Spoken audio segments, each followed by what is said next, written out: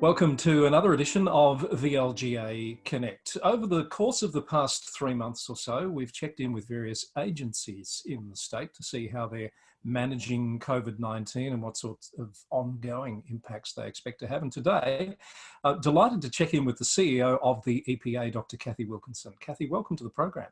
Thank you very much, Chris. Lovely to see you and have you as part of the show. Just thought we might spend a couple of minutes exploring what life has been like for the EPA the last few months and where your focus has been in a COVID-19 world. Yeah, great question. So EPA, as the regulator of pollution and waste, is focused on protecting the community, protecting the environment from harms associated with pollution and waste. And that does not stop whether we have a pandemic or not. So as the regulator, we've continued to regulate. Obviously, we've been doing that remotely. I'm very proud of the way the organisation transitioned very quickly to working from home, working remotely, but our inspectorial work, our work dealing with high-risk sites, our inspections, our provision of environmental public health advice and so on has continued, obviously under very different circumstances. We've had safe working protocols and so on to make sure we're looking after our staff and any of those out there that we're interacting with. Yes, I was thinking that. So some of the work you do, you can't do remotely, obviously. So you mentioned safe working protocols. What has that meant for the way your people operate in real terms, do you think? So when we do work that involves going out into the public, we always do a job safety assessment anyway. Obviously with COVID, it's making sure we're following the protocols, following the advice to make sure that that's updated to protect our staff and to protect those we're interacting with. So it might mean making sure we're aware of the environment we're going into, what the circumstances are there, how we can conduct an inspection safely.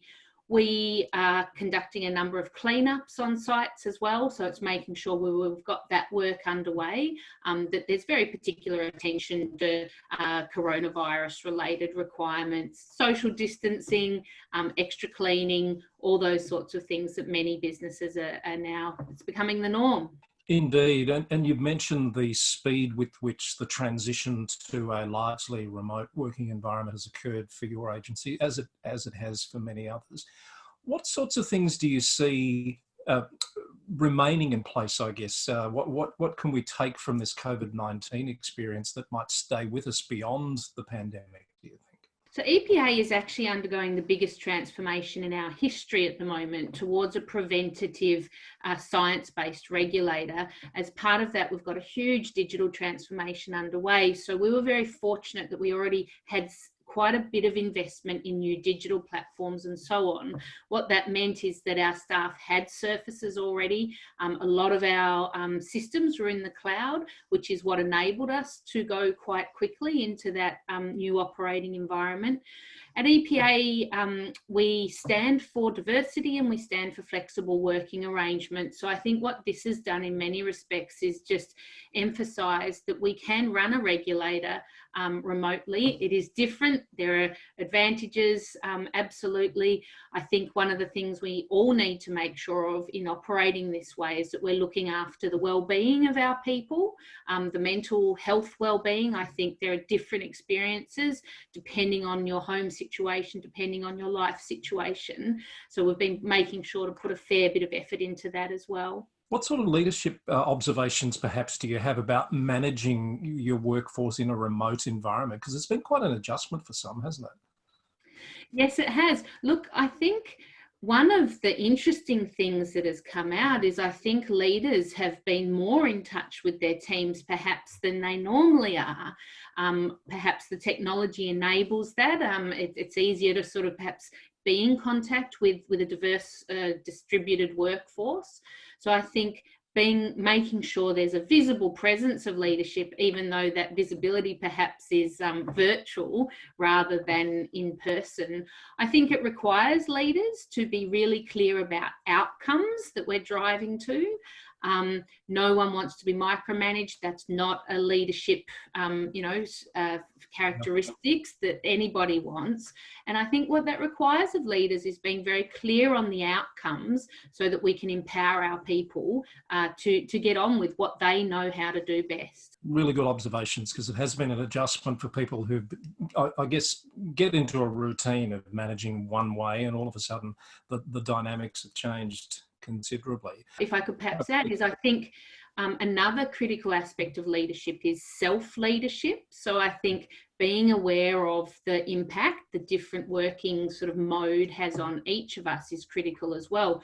Taking the breaks, getting away from the screen, stepping out in the sun for a bit if you can, so you don't just end up with that tunnel vision, spending the whole day in Teams, that you're still getting your head up, looking at the strategic issues, as well as sort of obviously getting involved in the endless Zoom Teams type meetings. So I'm conscious that you had some new legislation that was about to come in. 1st of July, I think, was the target date. As a result of all of this change, that's been delayed by 12 months. What were you expecting to come in on the 1st of July, and how are you going to manage that delayed implementation, do you think? Yeah, so as I mentioned, EPA is undergoing the biggest transformation in our history, and part of that is the introduction of new legislation that the Parliament passed. So this legislation will be preventative, it's a duties-based model, and it introduces what's called a general environmental duty, which puts a positive obligation on people to prevent harm from pollution and waste. Very similar to OH&S type legislation and that whole safety culture. So with the commencement of that shifting to next year, what it enables is for us to do a lot more engagement with stakeholders, including local government. Local government's such a crucial partner for EPA. We're co-regulators in many respects. We work on litter, on-site wastewater management, residential noise together. And so this enables a lot more engagement with the sector as a whole. We're working with the sector on various implementation toolkits, and really looking forward to just continuing to work very closely with local government ahead of go live of that new legislation. So it sounds like you're seeing the extra 12 months as an opportunity to do more engagement and be better prepared for the new role of the EPA, I guess. Yeah, and making sure that stakeholders have a good understanding and so on. So no time will be lost, that's for sure.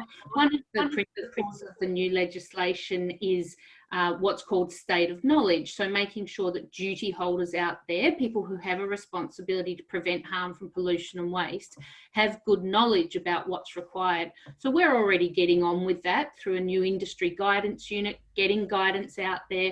So it means that when the legislation kicks in, more and more people will have that good, strong state of knowledge. I do recall a couple of years ago, through my local government involvement, the introduction of a program called OPL, I think it's Officers for Protection of the Local Environment, from memory. That's right. And a number of councils were involved in that. How's that program progressed?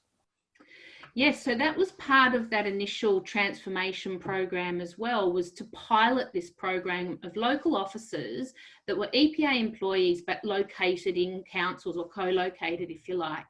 So the pilot was a success. It was expanded as a result of further government investment, and we now have 23 OPLs across Victoria, across metropolitan Melbourne, but also across regional and rural Victoria.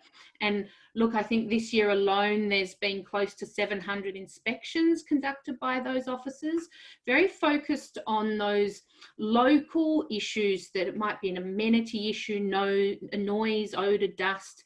It might be a local pollution event, like something into a creek or a waterway, something coming off a local construction site. So it's been incredibly successful in getting councils and EPA to work together for local communities, for the local environment. And do you see that continuing for the time being, Cathy? Look, obviously the normal government budget process will determine the ultimate continuation of it, but it's been very successful. Certainly that it's oversubscribed in terms of local government interest. So we'll wait and see the outcome of the budget process, but local government has been very clear that they would like it to continue. Terrific. And there was a lot of interest when it first came out, and I think there was quite a bit of competition, or certainly many hands going up to say we'd like to be part of it. So really pleased to hear that's been as successful as it has. Cathy, it's been great to talk with you. I really appreciate you joining us on VLGA Connect, and I'd like to extend an invitation for down the track as your new legislation gets a little bit closer and some of those initiatives you've talked about are with us, that perhaps we can explore those with you at a future time. Very happy to do that. Local government's such a crucial partner for EPA. Lovely to speak with you, Dr. Cathy Wilkinson, CEO of EPA, with us on this edition of VLGA Connect.